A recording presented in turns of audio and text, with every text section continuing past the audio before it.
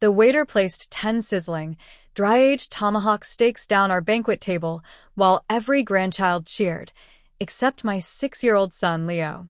In front of him, the waiter set a cold, $4 bowl of buttered noodles.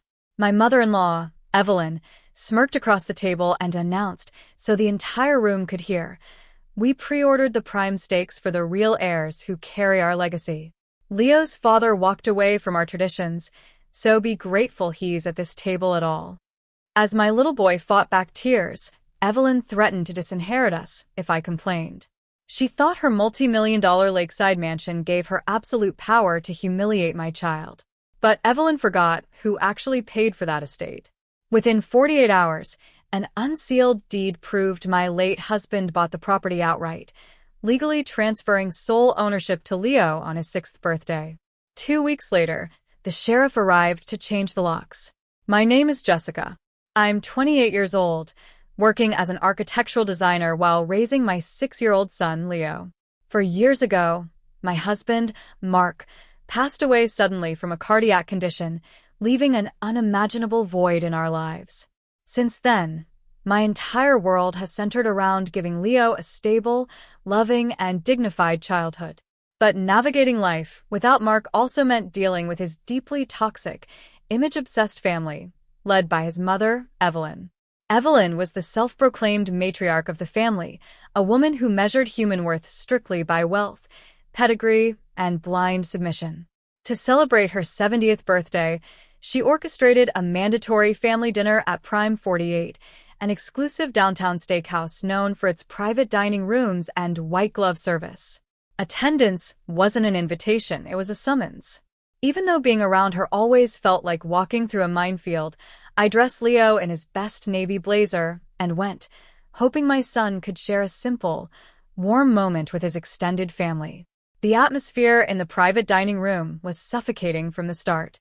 Evelyn's younger son, Richard, his wife, and their 4 children were seated at the center, laughing loudly and receiving endless praise. When the food arrived, 2 waiters brought out 10 massive, sizzling dry-aged tomahawk steaks, each plated with herb truffle butter and loaded artisan sides. The cousins cheered, immediately digging in. Then, a waiter stopped beside Leo. With an awkward, apologetic grimace, he set down a small, lukewarm bowl of buttered noodles. Leo looked up at the plate, his big brown eyes blinking in sheer confusion. "Mommy," he whispered softly, "did I do something wrong?" My heart clenched. I immediately flagged down the waiter. "Excuse me, there's been a mistake. We didn't order this." Leo was supposed to get the steak dinner like his cousins. Before the server could speak, Evelyn set her wine glass down with a sharp clink that silenced the entire table. A smug, cold smirk spread across her face. "There is no mistake, Jessica," Evelyn announced, her voice carrying across the entire room. "I pre-ordered the private tasting menu. We reserve the prime cuts for the real heirs who carry our family legacy. Leo's father walked away from our traditions, so you should be grateful the boy has a seat at our table at all." The dining room went completely still, except for the soft clinking of cutlery from the adjacent tables. Richard smirked, leaning back in his chair while his wife whispered something into their eldest son's ear. None of them spoke up. None of them defended a 6-year-old child who was sitting there with his lower lip trembling, trying desperately to hold back tears. I didn't yell. I didn't smash a glass or give Evelyn the chaotic reaction she was begging for to play the victim. Instead, I stood up from my chair with absolute, chilling calm. I pulled a $50 bill from my purse, placed it neatly on the tablecloth beside my untouched glass of water, and took Leo's small hand in mine. "Come on, Leo," I said softly, my voice cutting through the heavy silence. "We're going." "Sit down, Jessica," Evelyn barked, her voice tightening as she realized she had lost control of the moment. "Don't cause a scene and make a fool of yourself over a child's menu." "We're leaving, Evelyn," I replied, looking her dead in the eye without blinking. "And don't ever speak to my son like that again." I led Leo out of the private dining room, walking through the grand foyer of Prime 48 with our heads held high. As soon as the heavy glass doors closed behind us, I took him straight across the street to a cozy bistro, ordered him a full ribeye steak and a double scoop of chocolate ice cream, and watched the genuine smile return to his face. That night wasn't an isolated incident. It was simply the culmination of a decade of calculated malice. From the day Mark introduced me to his family, Evelyn had made her disdain obvious. Mark had refused to join his father's old private accounting firm, choosing instead to build his own software architecture company from scratch. To Evelyn, independence was equivalent to treason. When Mark married me, a designer without a trust fund or a prominent social pedigree, she labeled us as outsiders. Her younger son, Richard, was the exact opposite. An obedient sycophant who lived entirely off family allowances, drove cars leased by the family trust, and paraded his children as trophies for Evelyn's social circle. For years, Evelyn used the vague promise of her estate inheritance to keep Richard on a leash and punish Mark for his independence. Even after Mark passed, she assumed I would come crawling to her for financial support, begging for scraps to keep Leo afloat. But I never asked for a penny. I worked 80-hour weeks, advanced in my career, and protected my son from her toxic web of conditional affection. Sitting in the car that night as Leo fell asleep in the back seat, I felt a quiet resolve take over. Evelyn thought she held all the cards because of her family wealth. But she was about to learn that true strength isn't bought, and her cruelty had just set her own downfall in motion. The moment I tucked Leo into bed, my phone began vibrating relentlessly against the kitchen counter. The family group chat had erupted into an avalanche of vitriol. Richard led the charge, sending paragraphs accusing me of being an ungrateful narcissist who had deliberately embarrassed their mother on a milestone birthday. His wife chimed in with sanctimonious lectures about respecting elders, claiming I was raising Leo to be entitled by rejecting a meal that had been graciously provided. Then came the voicemail from Evelyn herself. Her voice was tight, trembling with cold, calculated rage. "You made a mockery of my celebration in front of the entire staff, Jessica. You think you're above this family, but you're nothing without our name. If you want Leo to remain in the family legacy trust, you'll bring him to the estate tomorrow morning, and both of you will apologize to me in person. Otherwise, I am officially removing him from my will, and your son will inherit nothing. Make your choice." I listened to the message once, deleted the notification, and set the phone face down.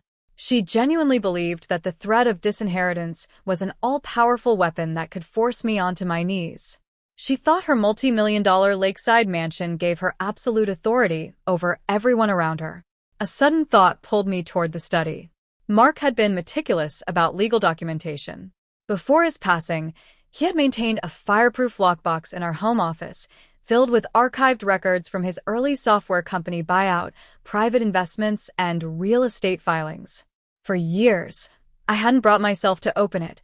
The emotional weight of going through his personal effects had been too heavy to bear. I unlocked the safe, pulling out the heavy leather-bound binders and legal envelopes. Sitting on the floor under the desk lamp, I began methodically sorting through old tax returns, incorporating charters and property transfers dating back nearly a decade. Tucked into the very back of the estate planning folder was an original blue-backed legal deed stamped by the county recorder's office. My eyes scanned the header, Highland Lake Manor Trust.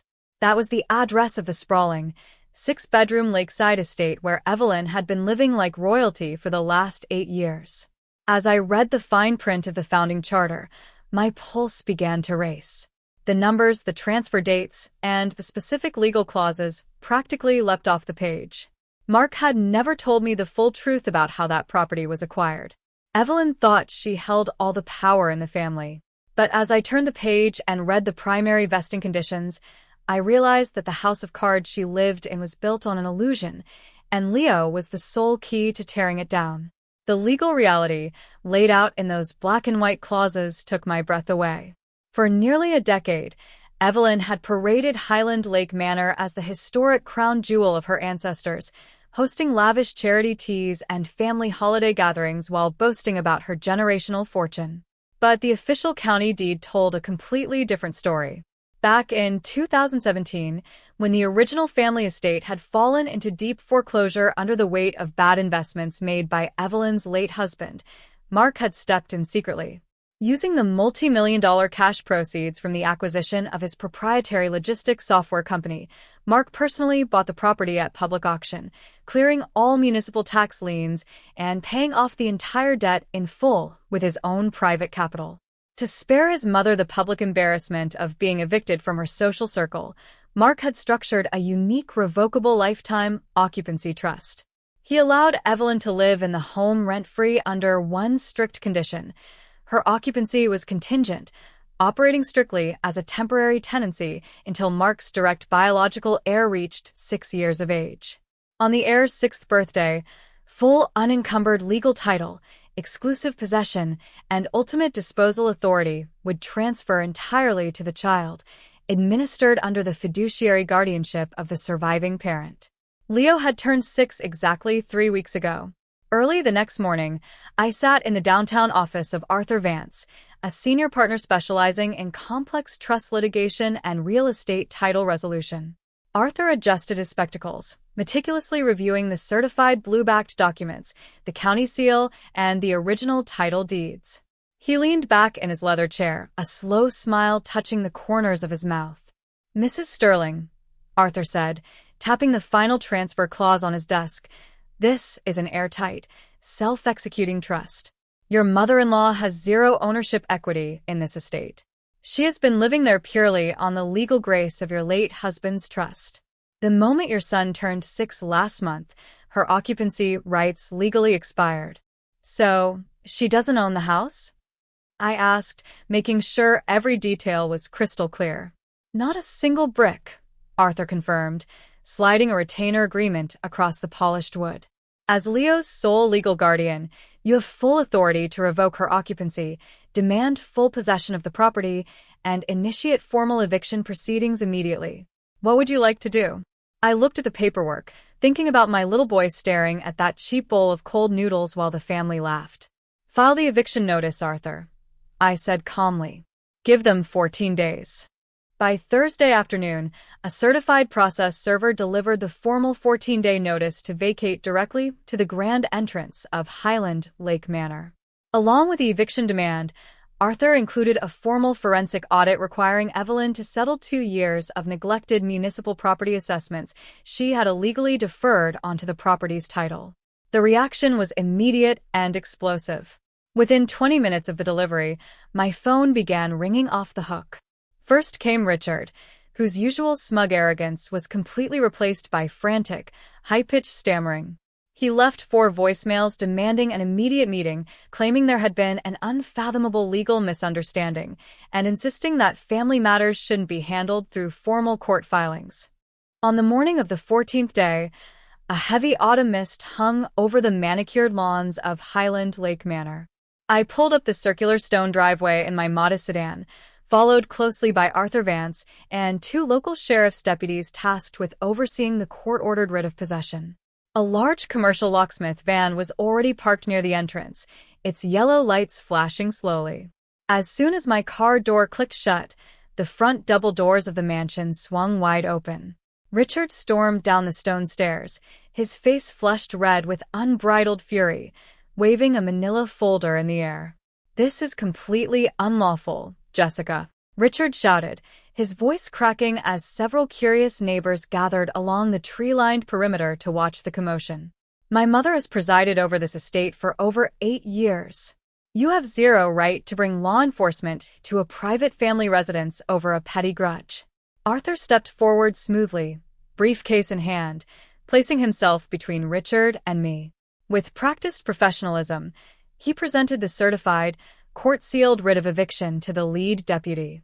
"Deputy," Arthur stated calmly, "this document confirms the absolute title transfer and termination of occupancy for all current residents under the terms of the registered trust.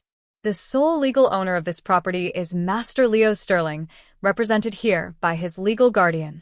The lead deputy reviewed the paperwork, nodded firmly, and looked up at Richard. "Sir, the court order is valid and non-negotiable. You and Mrs. Evelyn Sterling have 1 hour to complete the removal of personal effects before the premises are secured and locks are changed." Just then, Evelyn stepped out onto the grand veranda. Gone were the designer silks, the diamond brooches, and the towering arrogance from the steakhouse. She looked frail, completely defeated, and utterly hollowed out as she watched the locksmith begin replacing the brass hardware on the front doors. She walked slowly down the steps, stopping a few feet away from me. Her eyes were rimmed with red, her lower lip trembling just as Leo's had 2 weeks ago. "Jessica," Evelyn whispered, her voice barely audible over the hum of the locksmith's drill. "How could you do this to your own family? Where am I supposed to go?"